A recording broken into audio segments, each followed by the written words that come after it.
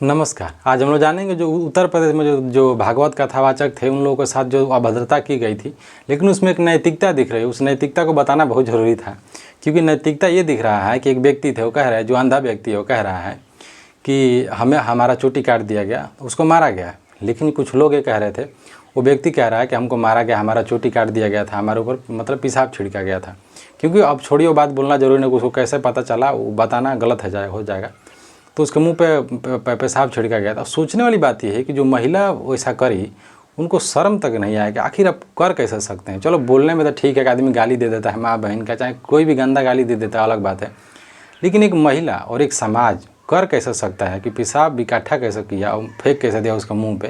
तो सोचने वाली बात है, क्योंकि इस बात को आरजेडी जो है जो तेजस्वी यादव हैं, जो उसके नेता हैं, उनके द्वारा कहा गया है कि हमारी जब सरकार आएगी बिहार में तो हम कभी नहीं होने देंगे, ऐसी चीज़ें कभी नहीं होने देंगे। हम बहुसंख्यक हैं, हम समाज में समाजवाद की कल्पना को लेकर चलते हैं और समाज में समानता की बात करते हैं, लोकतंत्र को बनाए रखेंगे। और सच बात है, बिहार में आप कुछ भी कहिए, चाहे नीतीश कुमार हो चाहे लालू, बिहार में उतना व्यापक स्तर पे जातिवाद नहीं होता है। लेकिन अभी कुछ दिनों से जो नीतीश कुमार की जो सरकार है, इसमें दिखा जा रहा है नीतीश कुमार थोड़ा है, क्योंकि अभी एक लड़की का रेप किया गया था मुजफ्फरपुर में, उसका बॉडी अब चीर दिया गया था चाकू से, गर्दन काट दिया गया था। सोचो, सबसे बड़ी शर्म की बात है कि उसको मेडिकल नहीं मिला पीएमसीएच में, जिसके द्वारा मर गई, वो भी लड़की एम्बुलेंस में मर गई। सरकार को तो जो कहा जा रहा था कि जो वहाँ के मंगल पांडे मुख्यमंत्री स्वास्थ्य मंत्री हैं, उनको चुल्लू भर उनके मुंह पर कालिक, मतलब उनके फोटो पर कालिक पोता जा रहा था। लेकिन कुछ लोगों द्वारा कहा जाता है कि मंगल पांडे के मुंह पे पोतना चाहिए कालिक, वो गलत पोस्टर पर लगा, उनके मुंह पे डायरेक्ट पोत देना चाहिए।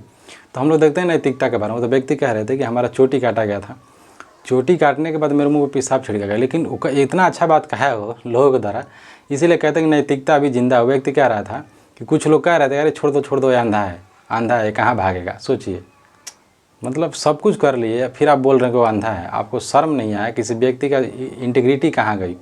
हर व्यक्ति का स्वाभिमान होता है, और व्यक्ति कहाँ जिएगा, कैसे जिएगा? अंधा व्यक्ति के ऊपर भी आप पेशाब छिड़क दिया। वो महिला कितनी महान है कि वो ऐसा काम करने के लिए इजाज़त देती है। बाकी जो एक बाबा है शंकराचार्य हैं, वो कह रहे हैं कि बाबा कह रहे हैं कि नहीं, वो अपना जाति क्यों छुपाया। मतलब इस चीज़ का मान है, मैंने चमार भर दुसाद अहिर गरेड़िया सब चांदा दे सकता है, कथा सुन सकता है, कथा कह नहीं सकता है। इस बात को कहे थे तेजस्वी यादव, लाला मतलब ये अखिलेश यादव तो मतलब है ही। तो तेजस्वी यादव यही कह रहे थे कि जो अहिर होगा चांदा दे सकता है, अहिर गरेड़िया दुसाद पासवान जितनी भी जातियां हैं, ब्राह्मण को छोड़ के चांदा दे दो, कोई दिक्कत नहीं है, कथा सुन लो, कोई दिक्कत नहीं है। लेकिन तुम कह क्यों नहीं सकते? तो आप इसी बात से समझ जाइए कि आप किस लिए हैं, और ओबीसी जो समाज है, दलित समाज है, उसको क्यों रखा गया है। मतलब आप चांदा दे दो, उसमें कोई छूत नहीं है। क्योंकि होता है गाँव में क्या कि पंडित जी जब आएंगे किसी चमार के घर में कथा कहने के लिए, कथा कह लेते हैं तो पैसा ले लेते हैं, अनाज ले लेते हैं, गाय ले लेते हैं, खटिया मचिया सब ले लेते हैं, लेकिन वो खाना नहीं खाते इस घर का। तो है जातिगत आधार पर पैसा में मतलब छूत नहीं लगता है, खाना में लग जाता है। ये सब मानसिक मतलब बीमारी है। सोचने वाली बात है कि जितने ब्राह्मण, जितने भी अपर कास्ट के लोग हैं, जो लोग बोलते हैं कि जातिगत आधार पर छुआछूत होता है, सही बात है, अच्छी बात है, करो। तो आपका खेत में आपको रोपनी कौन करता है? खेत मतलब सोचिए कि यही निम्न जातियाँ, जैसे चमार भर पासवान जितनी जातियाँ हैं, आपका खेत लगाए हो, बीज काट के आपके घर पर रख देगा तब दिक्कत नहीं है। सब्जी ला के कौन दे रहा है? सब्जी भी उगा के दे देगा तब छूत नहीं है। उसके हाथ से मतलब काम करवा लो, मतलब बड़ी अजीब बात है, बहुत सब ज़रूरत वाली चीज़ है।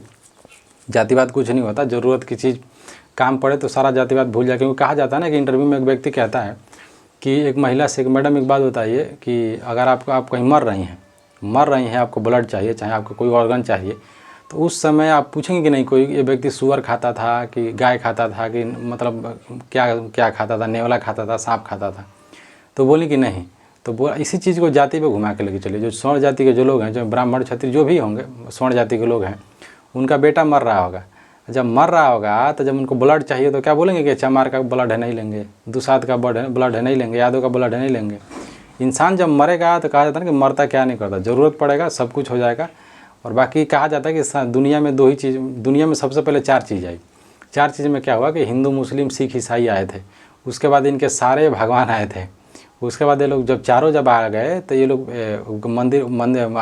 हिंदू लोग मंदिर बनाए, इस्लामिक लोग मस्जिद बनाए, ऐसे ही करने के बाद फिर अपने अपने ग्रुप के लोगों को पैदा करने लगे। तो नैतिकता का पतन हो चुका है। और दुनिया में कहा जाता है कि भारत में चाहे दुनिया में कोई भी व्यक्ति आज़ाद पैदा नहीं होता। आज़ाद कहने का मतलब क्या है, आप सोच के दोगे, कोई न आप किसी न किसी धर्म में पैदा हुए होंगे, किसी न किसी जाति में पैदा हुए होंगे, मरेंगे तब तक जाति में मरेंगे। तो भारत में या दुनिया में जातीय धर्म कभी पीछा नहीं छोड़ता है। बाकी उन लोगों का अपमान किया गया था, अखिलेश यादव के द्वारा सम्मान भी किया गया था।